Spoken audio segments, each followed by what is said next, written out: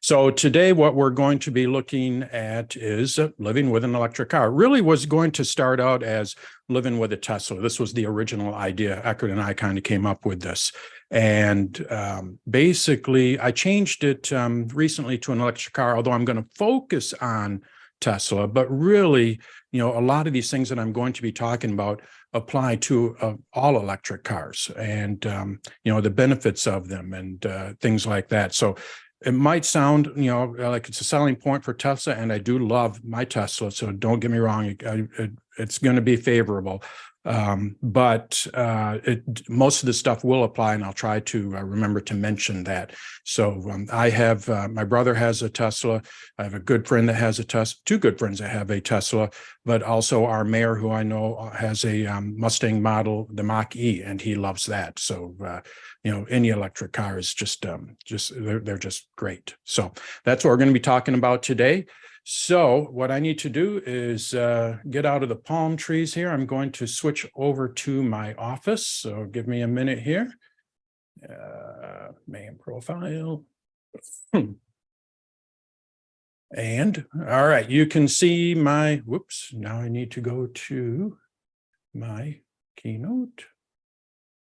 All right, you can see my keynote, right? Everything's all good with the blue and all that? Perfect. Yes. All right. So the way that I'm going to, well, first of all, this presentation is going to be on living with an electric car. And you can see I still have Eckert there, but Eckert's not going to be with us, unfortunately. But what we are basically, come on, you should go. There it goes. There's my car coming in. All right. Yeah, no, the only thing we see is your name. Oh, did I turn my video off? There. How's that? It's better. That's it. Okay. I'm sharing the screen, right? Yes. Now, yes. I see you and your screen. I realize that when I stop the video, it would do that. Okay. All right. So living with an electric car. What we are going to cover is, you know, why buy an electric car? You know, what are the advantages to it? How are they charged? A lot of people have questions on how do you charge them? How often do you have to charge it? We're going to look at how much it is to charge. Is there really a cost benefit to it? And what is range anxiety? You may have heard this term. There's such thing with range anxiety with an electric car. How far can you drive it? Can you drive it on long trips? What are the maintenance costs? You know, these are all very different from a typical car. So I thought I'd put all these in here. I thought I'd throw in there also what is autopilot on a Tesla. You know, we read a lot about that. And what is the threat of hacking? There was something in our group's IO about hacking a Tesla. So I threw this slide in there. And then I'm going to show you a few statistics from my car that I think you may find interesting. So that's kind of the flow of it that we're going to go with. So let's, we'll end with a Q&A depending on the time. All right. So let's, why buy an electric car? Well, I will say the number one reason is they are fun to drive. They are an absolute joy to drive. And it really hit me when I went to Chick-fil-A probably a couple of weeks ago. The person taking my order, you know, he's chatting it up with me. They have great employees over there, you know, chatting it up with me. And he's like, so what's your favorite thing about your car? And I thought, you know what? That's a good question. And I had to sit there for a minute. There was nobody in line or anything. So we just chatted. And he was, and I came back with, you know, it's just fun to drive. And I was talking with Tom Piper of Apple Worldwide User Group University last night. He has a Fiat electric car. He bought it used. Like I say, there's all kinds of brands out there. And what did he say? He just loves driving it. They are just so much fun to drive. Instant acceleration with the torque, quiet, just a joy. But on top of that, you also do have lower fuel costs, and I'll get into a little more detail on that shortly. There are low maintenance costs. We don't have a transmission. We don't have exhaust. Brakes, regenerative braking. I hardly use my brakes. The reason why I would have to replace my brakes is because they rust out, not because they wear out, because they just don't get used. Every morning, you can wake up with 250 plus miles, depending on your range of the car, but my car is about 250 miles. And I woke up this morning it had 250 miles on it. It was tomorrow morning, if I plug it in, it's going to have 250 miles on it. So you no longer have to go to these gas stations, especially, here in the Midwest with the winters. My brother has a Tesla and he drives a Explorer during the winter, and he has to go and pump that gas. And it's just in the midwinter, it's just like, and with the storm coming up, I don't have to worry about that. I just plug it in my garage. Perfect. Environmentally friendly. And, did I mention they are just fun to drive? So they're just, I think there's a lot of advantages. And like I said, this may sound like a commercial, but I'm very enthusiastic about electric cars. We have a Volt as well, not a Bolt, but a Volt, V, Victor. And then we've also had 2 Priuses. So I have had a lot of experience with hybrids and electric cars. So the Tesla is really my 4th car with a battery in it. And we've never had a problem with them. I can't say enough about the Prius. I love my Tesla, but I think a Prius is a great car too. So how often, or let's see, how is an electric car charged? So let's just kind of take this out of there. The most 120 volt outlets can charge a car. So when I go to my in-laws on the other side of the state, they live in Flushing, Flint area, I plug it into their garage. They have 120 volt. It starts charging immediately.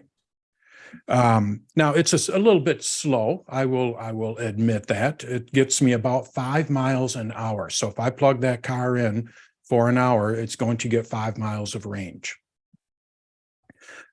But if I'm in there for 10 hours, like overnight, I don't drive the car 24/7. So we get home, especially with her parents, they're in their 80s. So, usually we just kind of sit there, watch football, things like that. So there may be 15, 16, 18 hours where that car is just sitting in the garage. Well, by that time, I'm getting 80, 90, maybe 100 miles, depending on how long that car is sitting in their garage. So any 120 volt charger, or I should say not any, but most 120 volt outlets will charge an electric car. Now, what you can do after that is you can plug it into a standard 240, a dryer outlet. Every house has 240, your dryers, your washers, your stoves, anything like that. So what I did with in my garage is I had an electrician come in and install 240. I mean, just ran wires from the fuse box over to the garage. Some houses have this built in, and all you have to do is just plug it in. The advantage of 240 is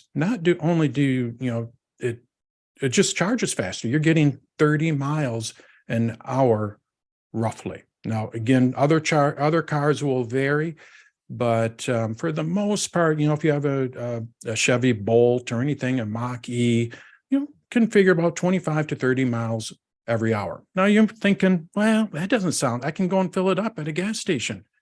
You're right. But I plugged it in last night. I came home eating pizza with my brother last night and my mom. Got home about 11:30, plugged it in. It's only charging 30 miles an hour. But guess what happened when, my wife had to go to an appointment at 9 o'clock this morning? The car had a full charge because it's sitting there for 10 hours. Well, 10 hours at 30 miles an hour, you're looking at 300 miles, which is the typical, 250 to 300 is what I get out of my car. So it's, even though it sounds like, well, that doesn't sound that fast, for most people, it's going to be plenty fast. I would dare say for the vast majority of people. Most people, if you actually look at what you're driving, most people only drive about 30 miles a day. So you really don't even have to charge it every day. And I don't charge mine every day. Now, when you're on a trip, what you want to do is you do want to charge it faster. You want to go to a fast charger, a supercharger. This is where you go to the fueling, station. And Tesla has their supercharger network, which is no one can argue that they have the best network for charging a car. In fact, they're opening it up to other cars in the next year. They're going to double how many superchargers there are in the United States by the end of 2024. So basically what you do is you go to a supercharger. So if I was going to Florida, what I would do is I would fill it up in my garage. Then I would go to Kokomo, Indiana, there's a supercharger there. I'd sit there for about 20 minutes, 30 minutes, charge it up. It's usually in the Midwest. They're usually at Meijer. Meijer is a grocery department store, big here in the Midwest, and they are big fans of Tesla. And a lot of, if you go to a supercharger in the Midwest, Ohio, Indiana, Illinois, Michigan, I would dare say 75% of the time it's over at a Meijer. But basically, so you go into Meijer, you use a bathroom, you get some munchies, whatever, walk around the store, that kind of thing. And then about 20, 30 minutes later, you can take off.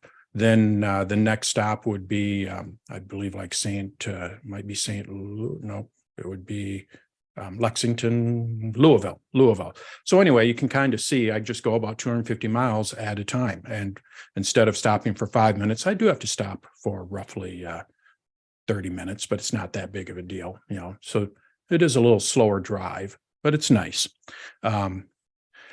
So a typical charging routine. The typical charging routine for me, and I think for most people, my brother, both of my friends, typical charging routine is 3 to 4 days.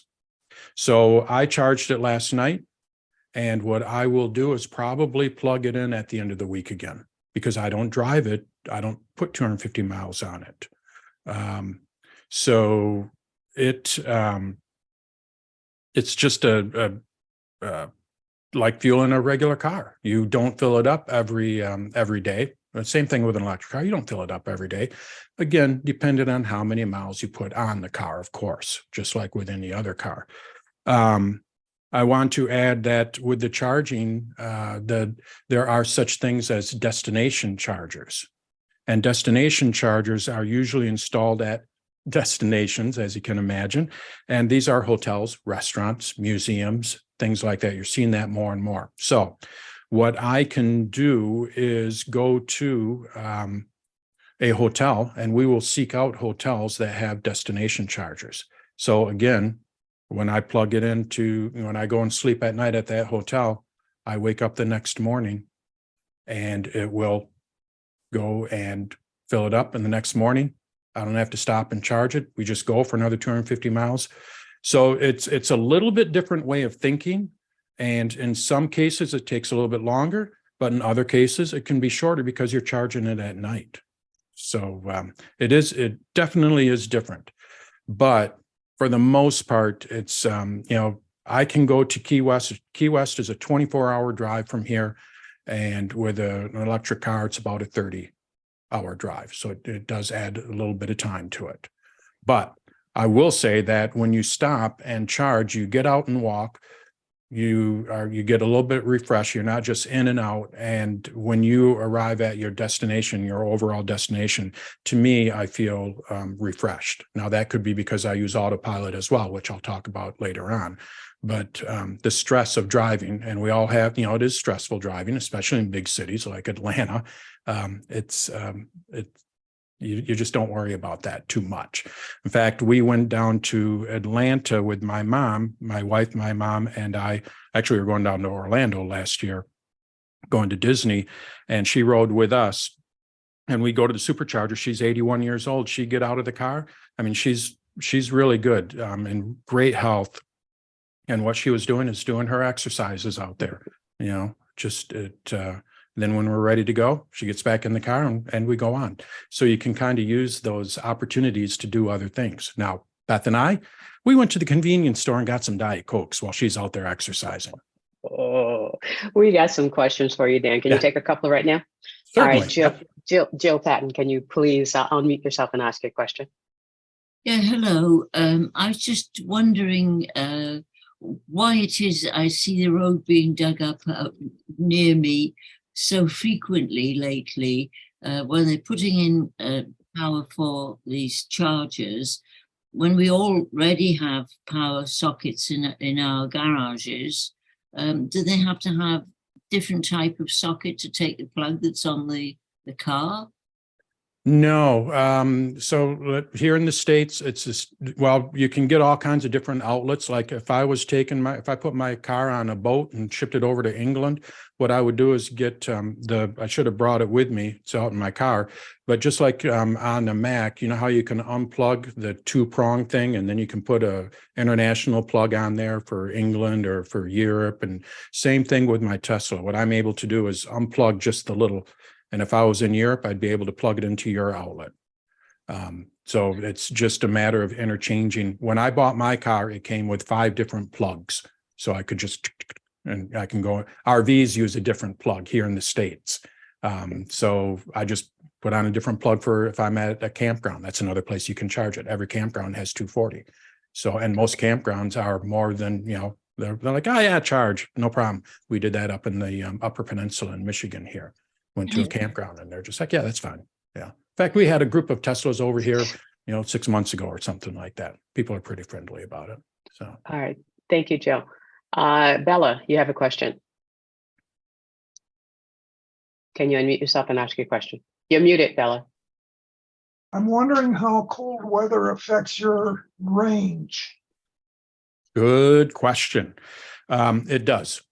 Absolutely. It's, let me see what the next, am I going to talk about that? Let me go back. I think okay. I'll talk about that in 3 slides. So I talk about how far you drive it, but yes, that is a good question. And if I don't remember, which I should remember, let me know, because that is a great question. And it does affect it. Okay, we have 2 more questions about charging. Michael and Richard, you're next. Michael, go ahead. Michael Rath. Yes, my question was, when you get up to one of these chargers, do you put a credit card in there, or is it how does it bill you for electricity? So with Tesla, and I'll show you my apps and all that once on the last, when we get to the statistics about me, but about my car. But basically, the Tesla supercharger knows that it's your car, and really all you have to do is just get out, plug it in, get back in the car, and watch Netflix, because every Tesla has Netflix. They have Disney Plus, and you can watch a show there. And then about 30 minutes later, you just unplug it and you go. So no credit card or anything. Now it is charged to my credit card, but Tesla has my credit card. So I do get charged, obviously. It's just I don't have to fumble around with it or do any RFID or any, none of that stuff. I just plug it in, get back in the car.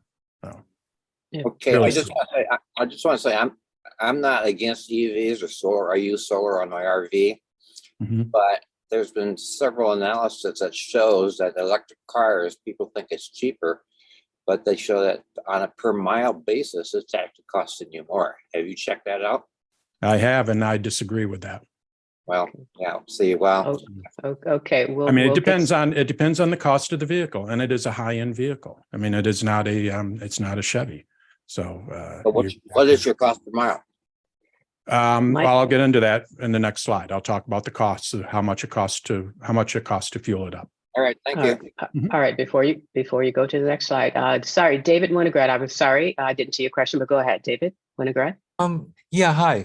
When it's charged and it finishes charging, does it automatically turn itself off so it's not using electricity? And Correct. If so, why don't you leave it plugged in all the time you're home, regardless? Because lithium, so yes, it does shut off.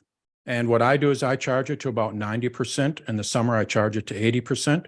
And the reason is lithium ion batteries. Just like your iPhone, you do not want to charge your iPhone every night. And what Apple has done in iOS 15 is they put some battery management in there to where, if you ever look, your iPhone in a lot of cases will not be fully charged.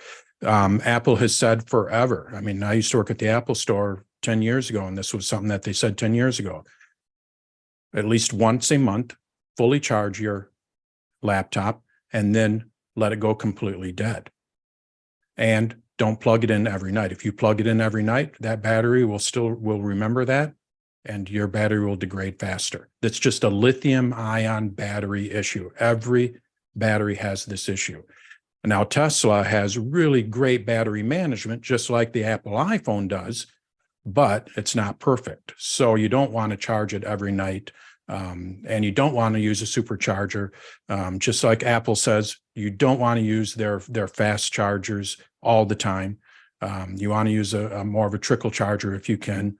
There's just the things with the batteries. And that's getting better, but it's just how the batteries work. All right, one last question from Richard Sias. Please unmute yourself and ask your question. Yeah, most of my question was about the charging and the costing, and I think you're going to be answering that in the next 3 or 4 slides. So Okay. Okay. All right. Thank you. Yep. Hold on a second. Tom, oh, you yeah. have your hand up when you have a question. Tom Piper? Yes, I was just going to point out, Dan, that for non-Teslas, you may have ChargePoint or some other services. Yes. But to me, my equivalency is about 125 miles per gallon compared to electricity. Yep. Okay. So Tom has the Piper. This is what I was talking about. I don't know if you were with us, Tom. I said you love your car. It's just fun to drive your little Fiat. Oh, love it. Yes. Smile on his face. I mean, they're just fun, you know. But there's one other thing you didn't mention, Dan. Electric power means that your heat in the winter is instant. Mm-hmm. By the time I get to the top of my driveway, I have a warm car. You know, whereas a gas power, you know, it takes several miles to get warmed up. Right. Which at winter time is very important. Yep. All right, let's get into like Tom was saying, how much is it to charge an electric car? And it depends on a few different things. The first one is it's mostly dependent on your electricity cost at home. Now, here in Holland, Michigan, we have the Holland Board of Public Works. It's a public utility, and my electricity is really, really cheap compared to consumers' power. My brother has to pay a little bit more than what I do. So it really depends on where you get your electricity from. So typically, it costs about a third. So my car can, and this is of a car that goes 25 to 30 miles per gallon. So if you have a car that goes 50 miles per gallon, it gets 50 miles per gallon, it's going to be different. So, you know, we kind of we're looking at an average here. And like Tom said, an average is a typical electric car will get about 125 miles per gallon. So in my case, my Model 3 battery, this is how we measure electric cars is by how big the battery is. So, I could have a 10-gallon gas tank. I could have a 20-gallon gas tank. Well, with electric cars, you can have a 70 kilowatt hour battery. You could have a 100 kilowatt hour battery. So I have a 70 kilowatt hour battery, which means it can hold 70 kilowatt hours. And it takes me about 250 miles. Now it's supposed to take me 300, but as I'll talk about in a little bit, cold weather, all that affects that. Electric cars are highly efficient. Gasoline cars are very inefficient. So anything affects it. You get a headwind, it's going to get lower range. You get a tailwind, you're going to get better gas mileage or electric mileage. I pay 9 cents per kilowatt hour. So when you do the math, for me to go 250 miles, it costs me about $6. So just kind of figure that out with your vehicle. If you were to go 250 miles, how much would that cost you? Also, a lot of utility companies will give you incentives if you charge at night. I can actually get this cost down to about 7 cents. So I could be paying about $5 to fill up my car for 250 miles. Now, I don't do that because Beth and I work from home. So, the idea is that they charge you less at night and more during the day. Well, since we both work from home, we're using electricity during the day, so it doesn't work out to our advantage. But for people that do not work at home, their house is empty during the day, absolutely. This is something you'd want to check out, and you can even get that even lower. So as far as fuel costs, like Tom was saying, you just can't beat an electric car. On top of that, where you're getting your fuel from, in my case here, I'm getting it from a local resource. I'm buying it from my local government. It's a public utility. If I was at Consumers Power, You know, she does over in the Detroit area. She's probably getting it from Consumers Power. She would be paying Consumers Power, but you're paying somebody that's local. Add another level to it. So you're not paying someone that, you know, oversees oil and all that, not to get in the political side of it, but it's local. You know, everything's all right down here. Add to that, electricity prices are stable, very stable. We've all seen how gasoline prices can go up and down. Every winter, gasoline prices go down. Every summer, they go up. Supply and demand. We can sit here and blame it on other things, but it's supply and demand. And basically, with electricity, it is extremely stable. So there are a lot of advantages to just getting it from your local utility. And there it is. Power companies offer lower rates. So, you know, it really is a lot cheaper to, you know, power a car. Now, where the person, I think when you look at the overall cost of building an electric car, they call that from dust to dust, you know, kind of thing. It, you know, might equal out a little bit more, but overall, it's still cheaper with an electric car, and it is getting more cheaper because they're, you know, batteries are getting to that point where they are getting the cost down, you know, and once they get to that point, these cars are going to get cheaper and cheaper to build, but their cost of fueling up is not going to go up. So any questions on the cost before we go on? Anyone have a question, please raise your hand. No, I think you got it covered. All right. It is, I will say, when you go to a supercharger, you do have to pay more for it. So, you know, but it's still cheaper. It's about half the price of what a gallon of gas is. And Tesla is also opening up their superchargers to other ones. So Tom, by next year, will be able to use roughly half of Tesla's superchargers. And that is probably the biggest issue with electric cars is the infrastructure. Tesla has been on it from the beginning, and you know, and I'll show you how I can route and go to different places. You can't do that with a Mach-E. You wouldn't want to drive a Mach-E down to Florida. You're going to end up pulling your hair out if you do, because it's unreliable. Their infrastructure is unreliable as of right now. Not saying it will, you know, they will get better, but Tesla has it down pat.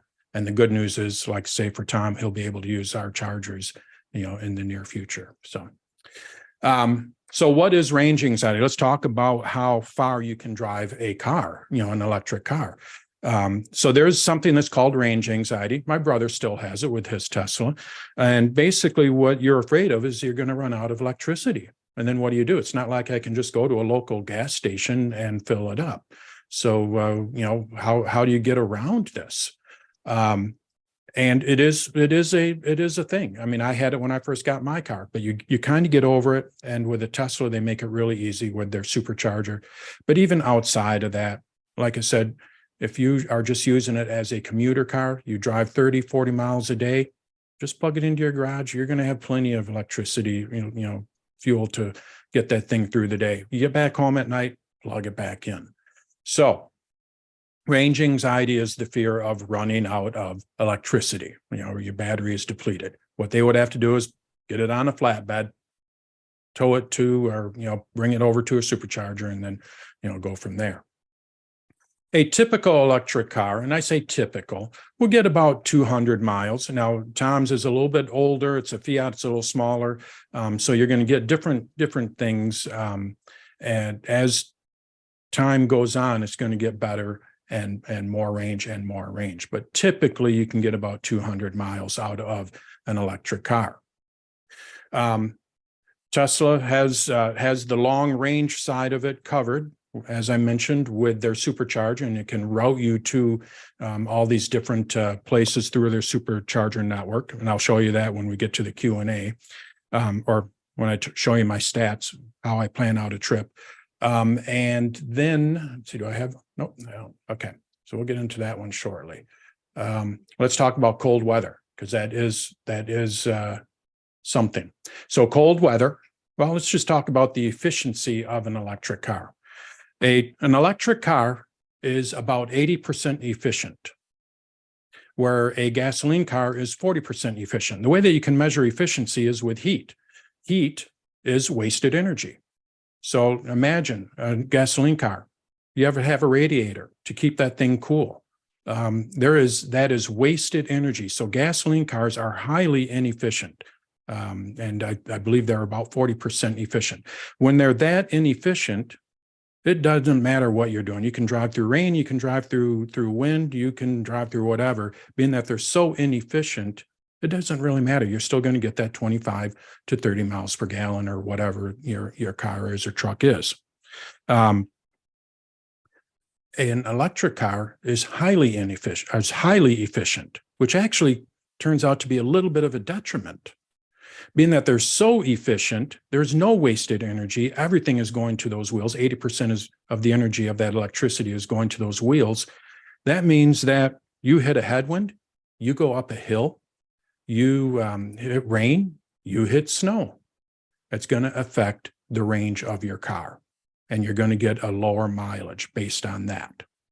Now, the flip side of that is you can also regenerate power. So you're going downhill. When I go to Florida, I'm using power to go up the mountains, but when I'm going down those grades, that car is just filling up. You can just see that gauge just, it's just adding more electricity back into my car so I can use it.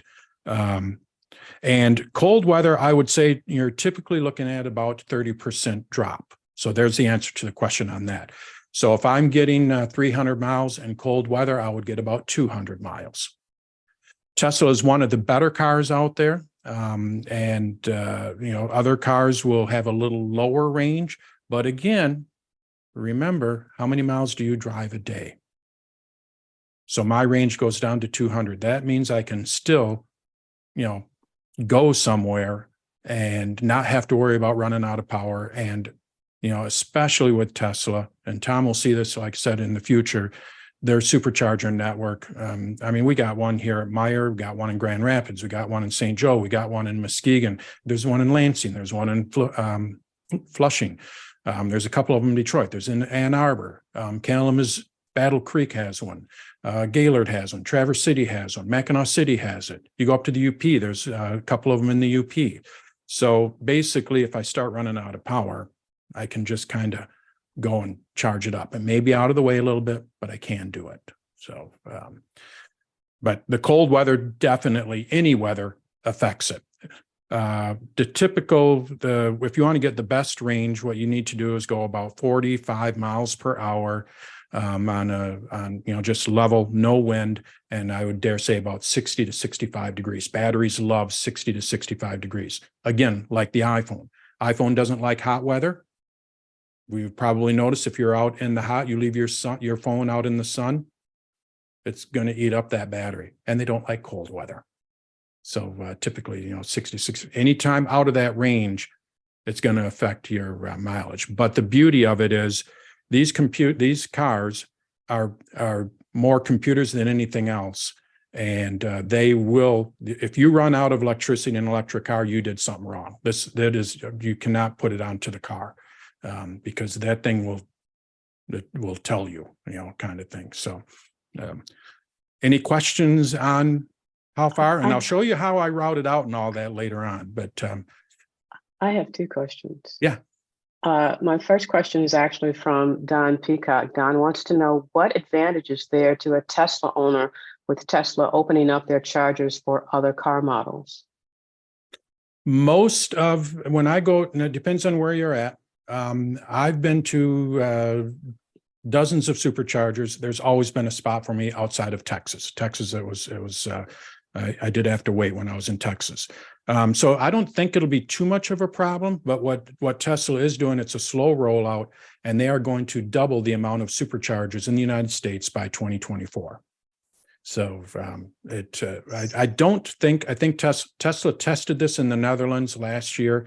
So it's not like all of a sudden they're just like, here you go.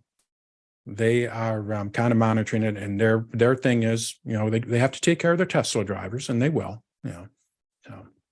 Okay. All right. So to me, it's economics then. All right. Yeah. Hold on, Tom. The next question I have, sort of two here. I read an article a couple of months ago about someone who actually did a trip with their electric vehicle, and they were just complaining so about the actual wait times, that there's information about this being a supercharger, but when you get there, the supercharger is actually broken, or it's not working, or it really isn't a supercharger, and it takes them hours. So their weekend vacation, they just said, turned into a nightmare because of the waiting times that they had. Mm-hmm. So how do you sort of try to combat that?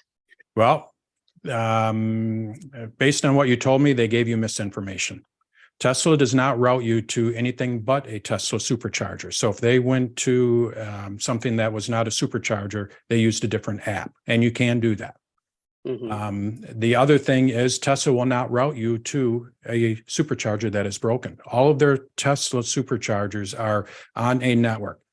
Now, Electrify America, the Volkswagen ones, absolutely. That's why you can't travel, long distance in a Mach-E.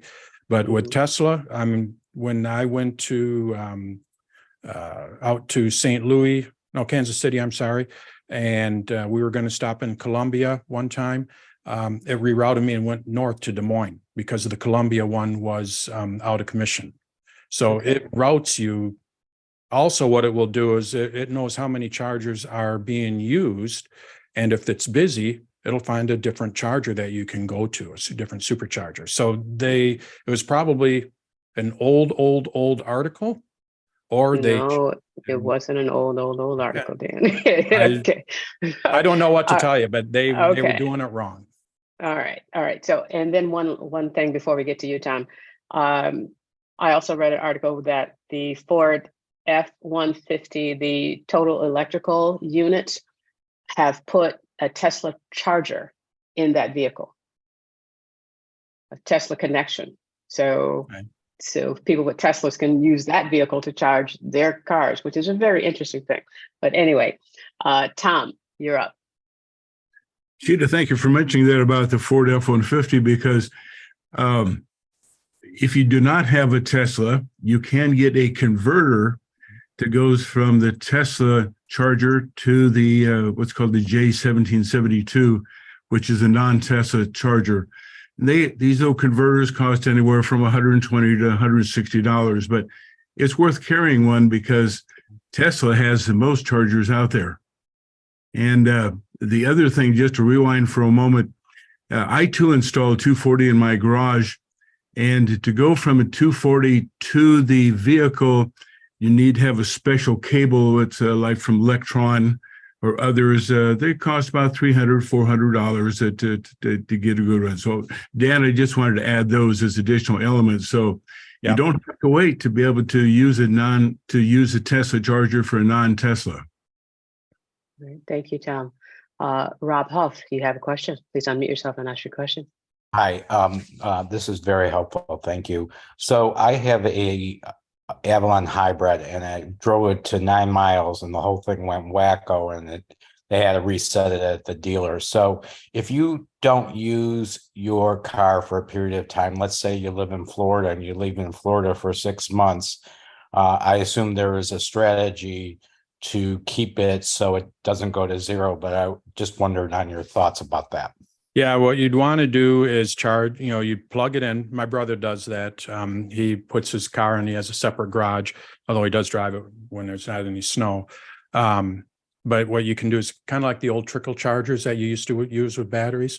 So what you can do with the Tesla is you can set it how much you want to charge a battery to. So what I would do, and I would read up on this, but my initial thoughts would be I would just set it to like 50%. So then that it doesn't charge the battery full, because that's not good. Any lithium-ion batteries don't like to be kept at full charge. So I would probably put it like at 50% and just let it sit, or maybe 40% and just let it sit. And then it would just kind of keep it at that 40 or 50%, and you'd be fine. Thank you. All right, thank you. Michael Skapek, you have a question?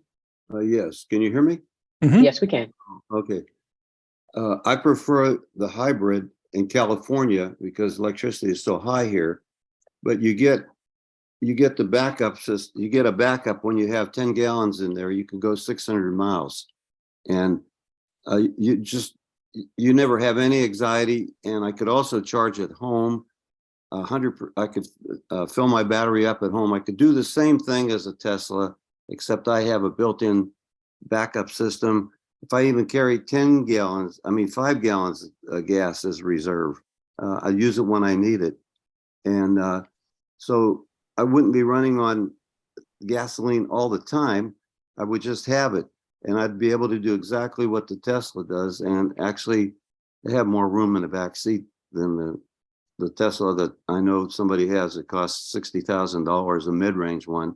It was terrible to sit in the back seat. So there's other choices, and the hybrid uses a nickel hydride type battery, not lithium. And lithium's going to be running out shortly. You're going to have shortages in by 3 years. And then 7 years, you're going to have all those Teslas that need new batteries, and the whole world's going to need it. And it's very scarce. It's owned by literally the Chinese Communist Party. And that's not a good thing to be stuck on that. It's got long range disastrous consequences. It needs to be thought through better.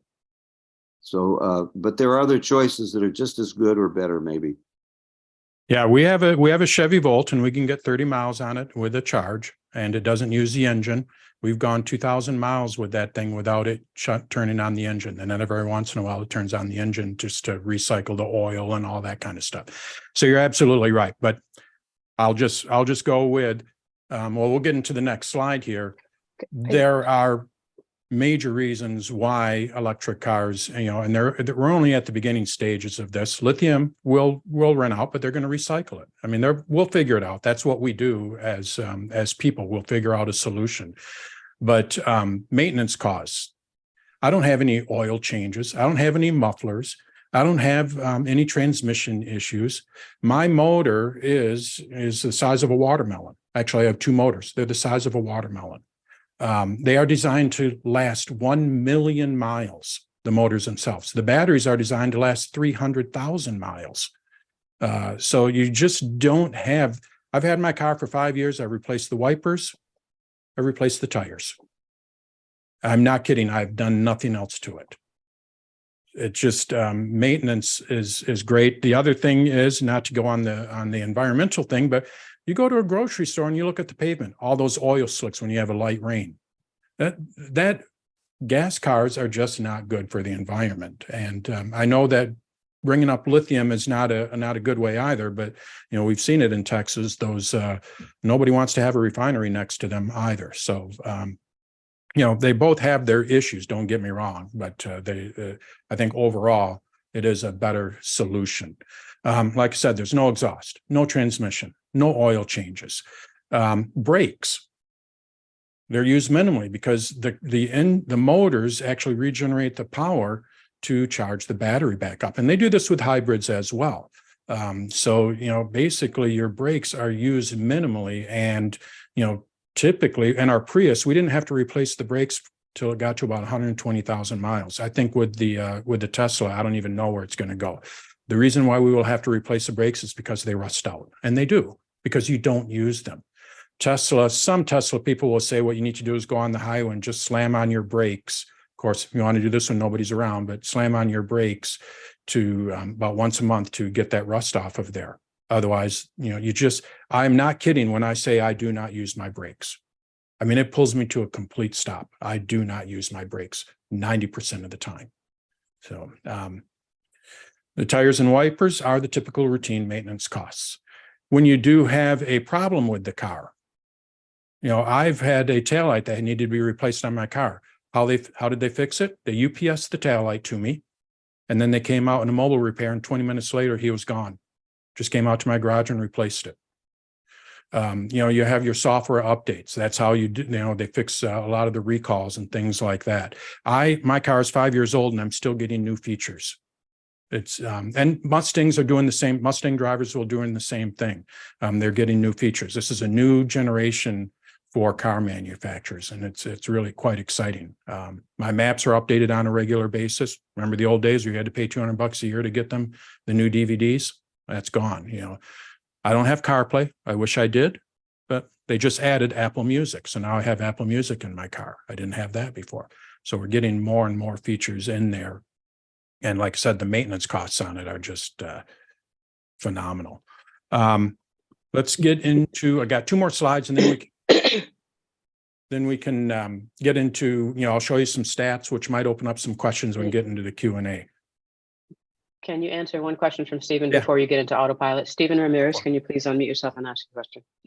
Okay, real novice question. How do you start the car? You say you don't use your brakes. Can you give me a 30-second explanation of the logistics around that technology? Yeah. So what happens is when it's engine braking, for lack of better, it's motor braking, I guess you would say, because we don't have engines. So what it'll do when I let my foot off of the accelerator, what it does is the inertia from the car will generate, the motor. A motor is a generator too, right?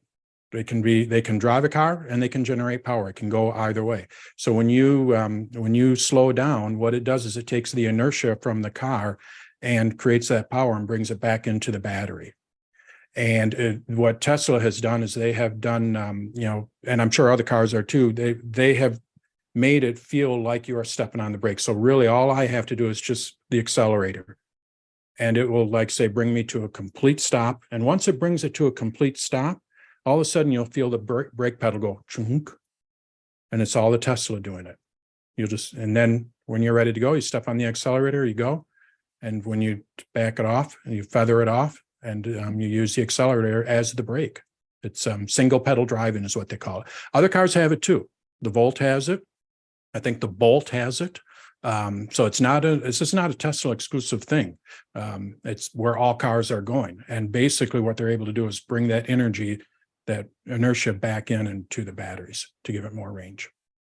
So are you saying that there's no way for you to instant stop, or is it all inertia? No, I have a brake pedal. I absolutely could instant stop. I just don't use it. Mm-hmm. Okay. All right. Mm-hmm. Okay.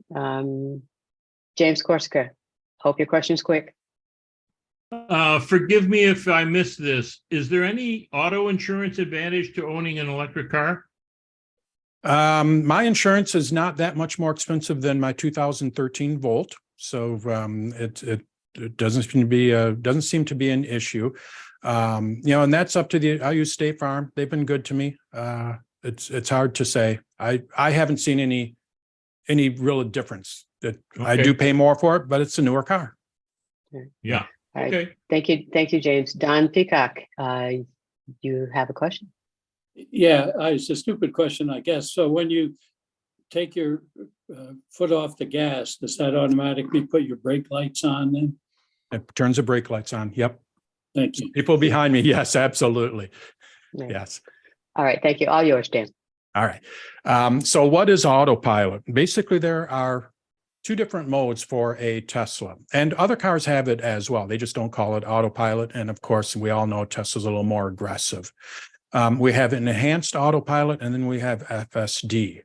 So with enhanced autopilot, basically what it can do is it can drive you down the highway. And this is what I primarily use.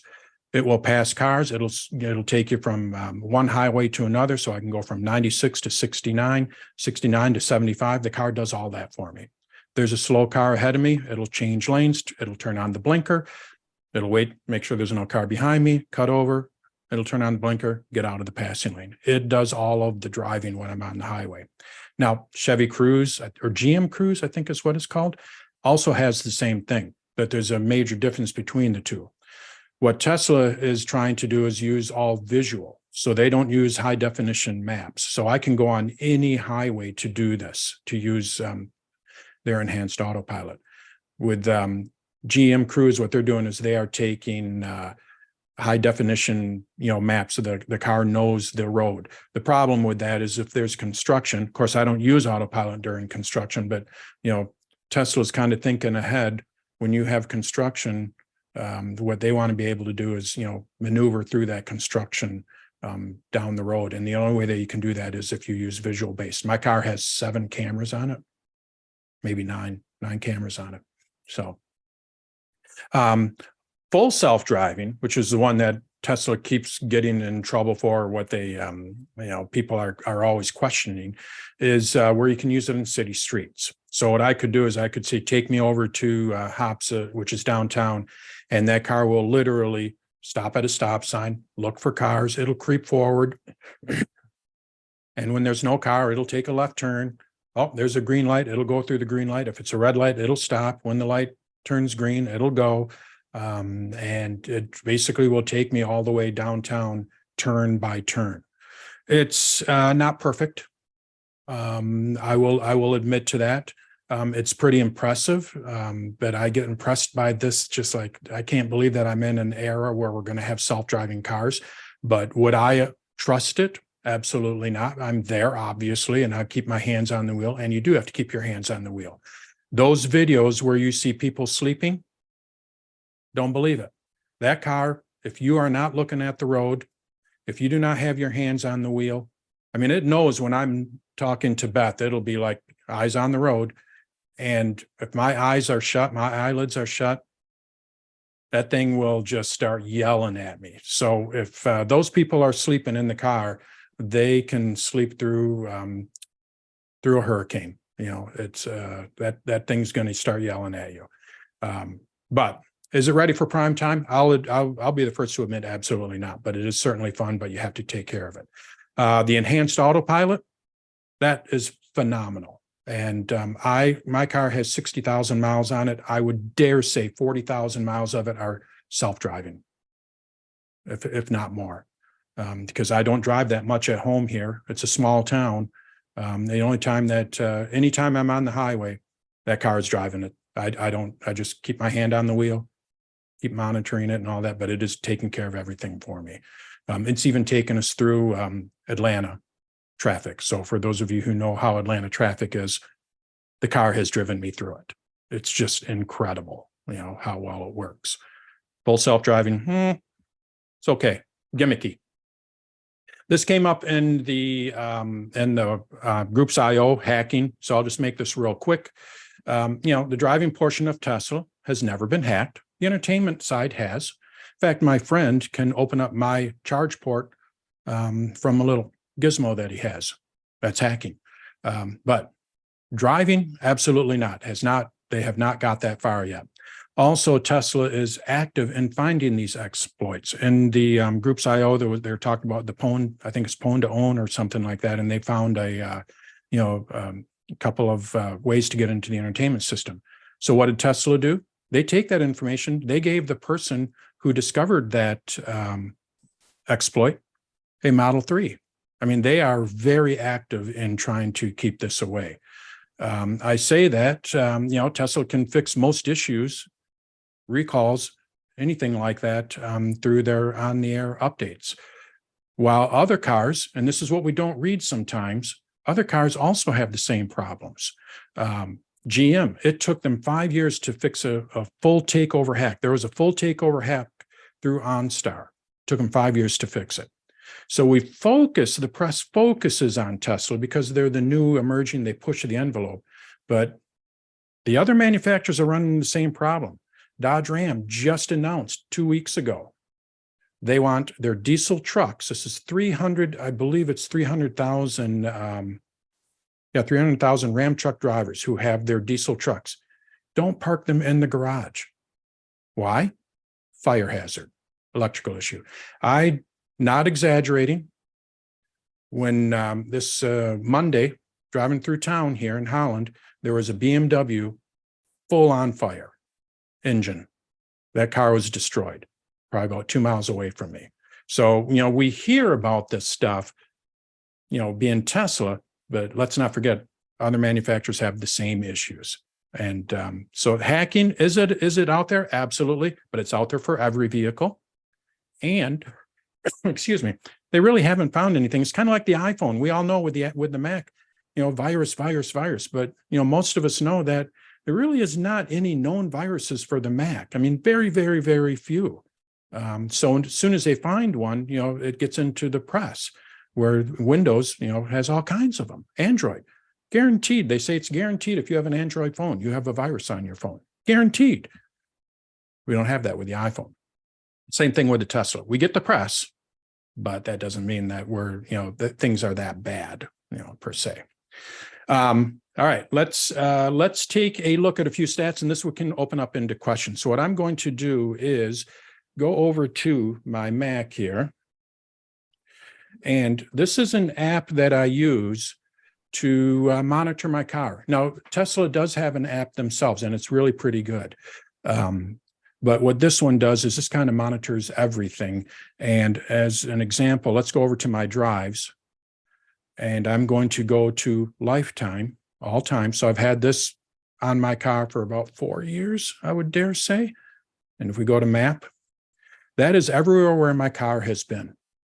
All the blue areas are where it has been charged. So when someone says it can't go on a long distance, I beg to differ. This thing's been all over. And what I can do is click on any one of these, and I can get more detail. I can look at my analytics. So for each year, so for people that love data, this is just phenomenal. 58,000 miles.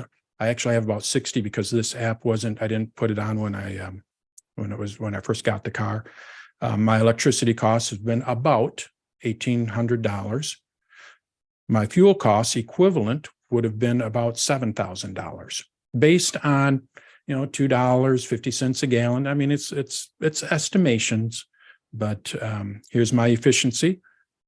And if I wanted to look at this by cold weather and all that, in the summer, this efficiency goes way up. In the winter, it goes down, basically cold weather, kind of thing. I can look at my tires. My tires are good. And this goes with any electric car. They probably have, they can sense when the tread goes down. It's amazing and the reason how they can sense that is that tire might spin a little bit faster than the other tires because the tread is wearing down. It's so minute to you and I, but to a computer, it knows, and it'll tell you that you need to replace your tires. The battery here, so I have 237 miles of range. That's what Tesla says I have, but in real world, because it's the cold weather, I have about 143. That's where I said, technically I should get 300 miles out of my battery. I don't. I'll be the first to admit that. It gets less. In the summer, it's pretty good. Winter, not good at all. I can automate it. So if you go to, work at a specific time every day, you can have the car warm up. And as Tom said, these things warm up like that because it's all electric. They just, it's amazing. So those are, some of these stats, and then I'll show you, I use this Better Route Planner here. This, when I want to go somewhere, so let's say I wanted to go to Ocala to visit Eckert, what I would do is I would put in here where my home is. I want to go to Ocala, and basically you're going to see that it's routing me. I have to go to Benton Harbor based on my current charge because it doesn't have a full charge. Then I'd go to Kokomo. Then I'd go to Indianapolis. Then I'd go to Elizabethtown. So it's mapping everything. These are all superchargers. It even tells me how long I have to be there. So this one I have to be there for 11 minutes. So it's not that long of time. This one I have to be there for 13 minutes. When I first got my car 5 years ago, these were about double. Tesla has been updating their cars and their chargers to charge them faster. And when they come out with their Cybertruck, that thing's even going to be faster because it uses their Tesla semi-truck technology. So eventually, and I will say this with all cars, eventually what you're going to see in the next 5 years is probably pretty close to standard fuel. You go in there for 5 minutes and then you leave. Probably. It wouldn't surprise me.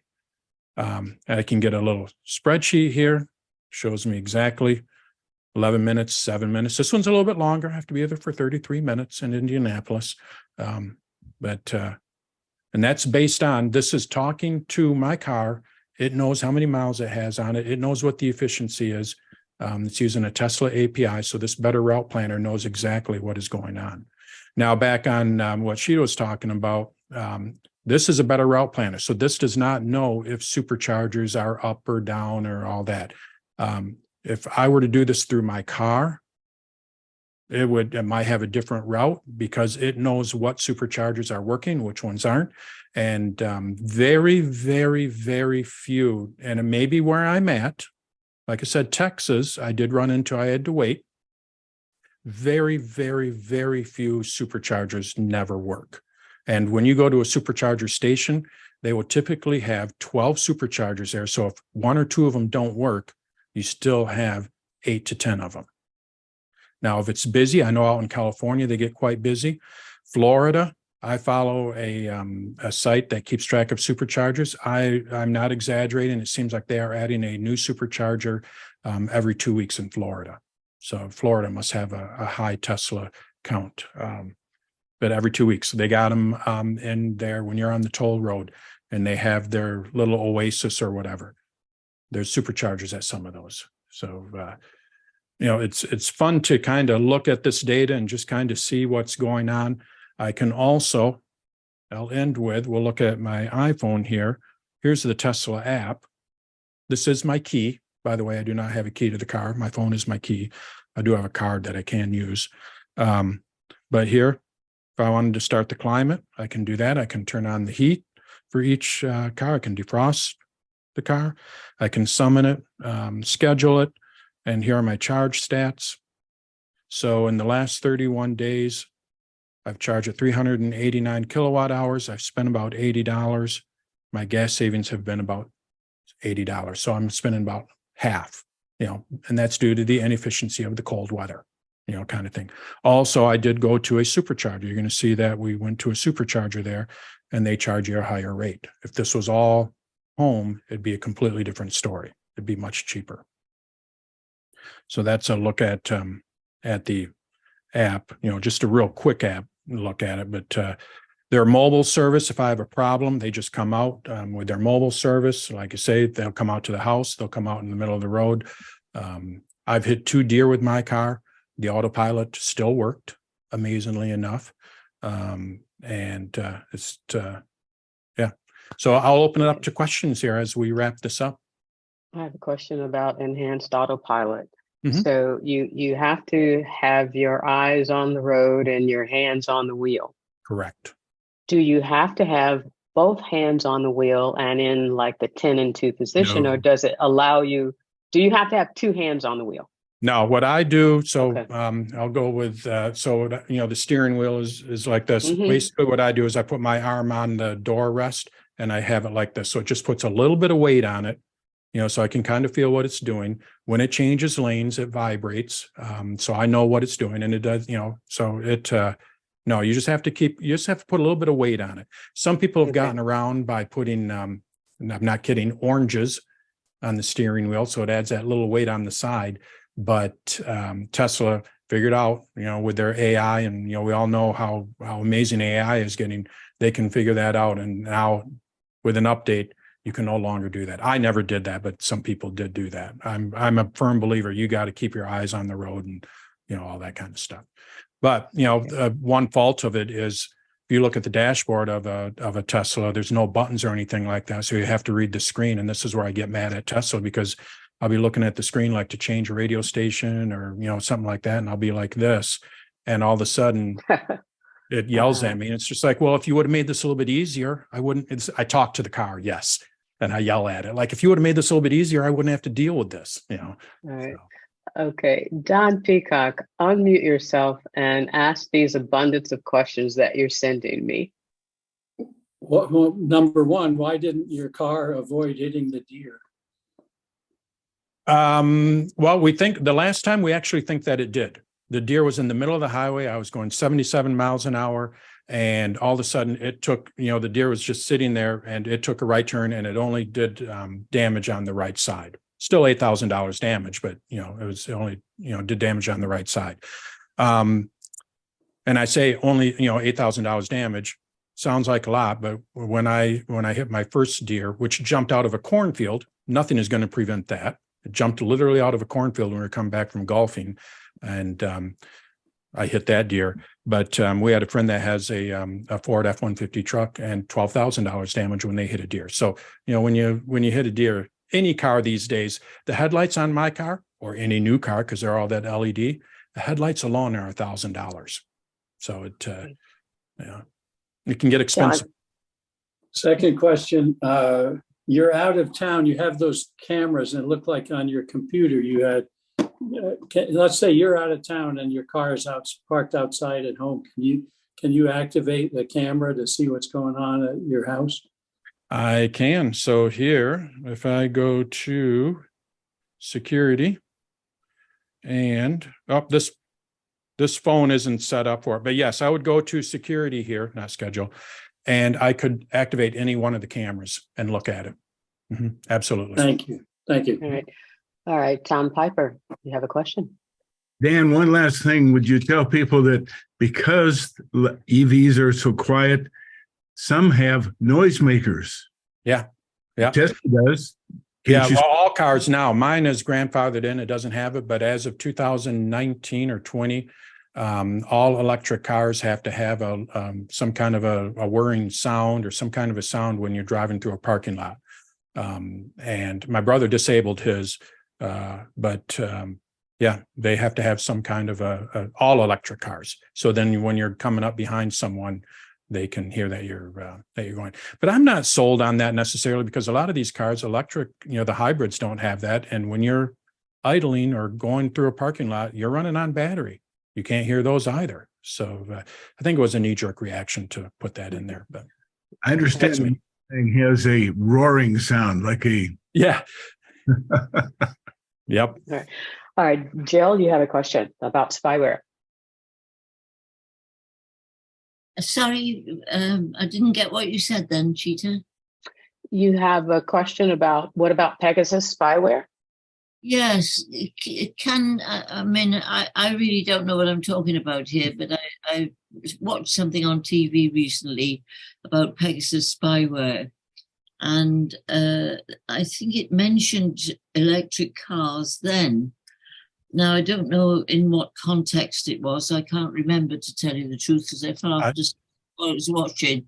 But would it affect an electric vehicle more than a petrol one or diesel one? Well, an electric vehicle, and I shouldn't say this, not even an electric vehicle, all vehicles these days are phoning home to their mothership. So if you're driving a Chevy of recent with any kind of connectivity, which most of them have, that car knows exactly what you're doing, and GM knows what you're doing. It's just a matter of what GM decides to do with that information. That's where the problem lies in. But they do know if you get into an accident with a Tesla, much like the iPhone, it could trigger, emergency services, things like that, because they just know that.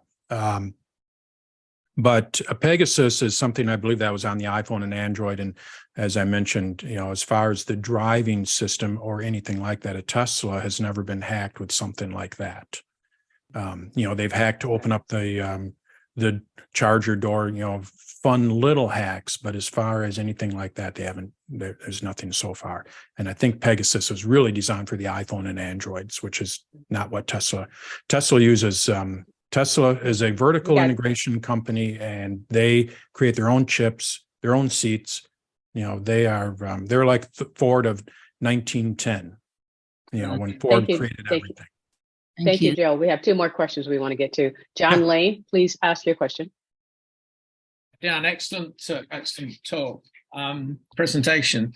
I'm thinking of buying a hybrid car. Mm-hmm. One of the things that's making me think is in Florida, the summer gets really hot, and the car, we go to Colorado, so the car will be left in the garage at 100 degrees or maybe even hotter. Could that be a problem? No, and what Tesla has done, and I think Prius does this too, because of those batteries, they can just kind of run whenever. It's not like they have to run an engine. What they can do is turn on the air conditioning. So when you get into the car, it never gets above 100 degrees inside the car. You can set it however you want. They have dog mode to where, it turns on the air conditioning so a dog doesn't, Yeah. get stuck in a car that's 110 degrees. And the batteries are liquid cooled as well. So they will cool the batteries as well. Now that affects your efficiency. Don't get me wrong. All that does take energy. So it'll affect your range. But yeah. It's going to be left in the garage with us away for up to 2 months. Yeah, then what I would do is just plug it in and make sure, I don't know about the hybrids, but if it was a Tesla, what I would do is just charge it to make sure it's just charged at 50%. And I can do that on the iPhone. You're going to see my iPhone here has, oops, hit the wrong button. 18 amps. That can actually go up. I charge it slower. This can actually go up to 32, and then it'll charge it faster. So I would just say trickle charge it. I would actually probably bump this down to as low as possible. Yeah. And then I would bump this down to here. And now it's going to charge it to 50% at a very low trickle charge. And it's done. That's all you have to do. Yeah. Now, that's a Tesla. I don't know if other ones have that same capability. All right. Thank you, John. Stephen Ramirez, you're our last question. Please unmute yourself and ask your question. You alluded a little bit to maintenance. What happens if you have a hiccup? Do they come to you? Do you have to bring it to a Tesla dealership? They can fix 80%. This is what they told me. They can fix 80% of all repairs. The whole thing with an electric car, and this is with any electric car, there's nothing to them. It's not like the old, with the gasoline engine. This is why their maintenance is so low. Replace the camera? Yeah, it's 2 screws. Replace the taillight? 5 screws. There's really nothing to them. They did have to flatbed my car because a wiring harness went bad and the car couldn't drive. But they came out with a flatbed. The car was out of warranty. They took it over to Grand Rapids. They replaced the cord, charged me, I think $350, but they didn't charge me for the flatbed, which, that can get expensive. And then I just had to go there and pick it up 2 days later. But there's really nothing. When you think of an if you open up the front of a trunk, a hood on a Tesla, they call it a frunk because there's no engine. The motors are the size of a watermelon. There's so much space in a Tesla compared to a regular car. It's really quite amazing. And this is going to carry on through to other electric cars. So if you were to look at a Rivian truck, they put a full-blown kitchen behind the driver's seat. You just pull it out because they don't have to have a drivetrain and all that other good stuff. So you're going to really see some radical designs, I think, down the road because electricity kind of opens the door for these people that are designing these cars to really go and do something with them because you don't have your typical big engine with a firewall and all that kind of stuff. All that's gone. Okay, Dan, it is 12:45. It is time to end our meeting. Thank you, everyone. We appreciate all of your questions and thank you so much. And we hope to see you Saturday for the classes. Yes. All right. Thanks, everyone. And we'll see you on Saturday. Thank you, Dan. Nice job, man. Great.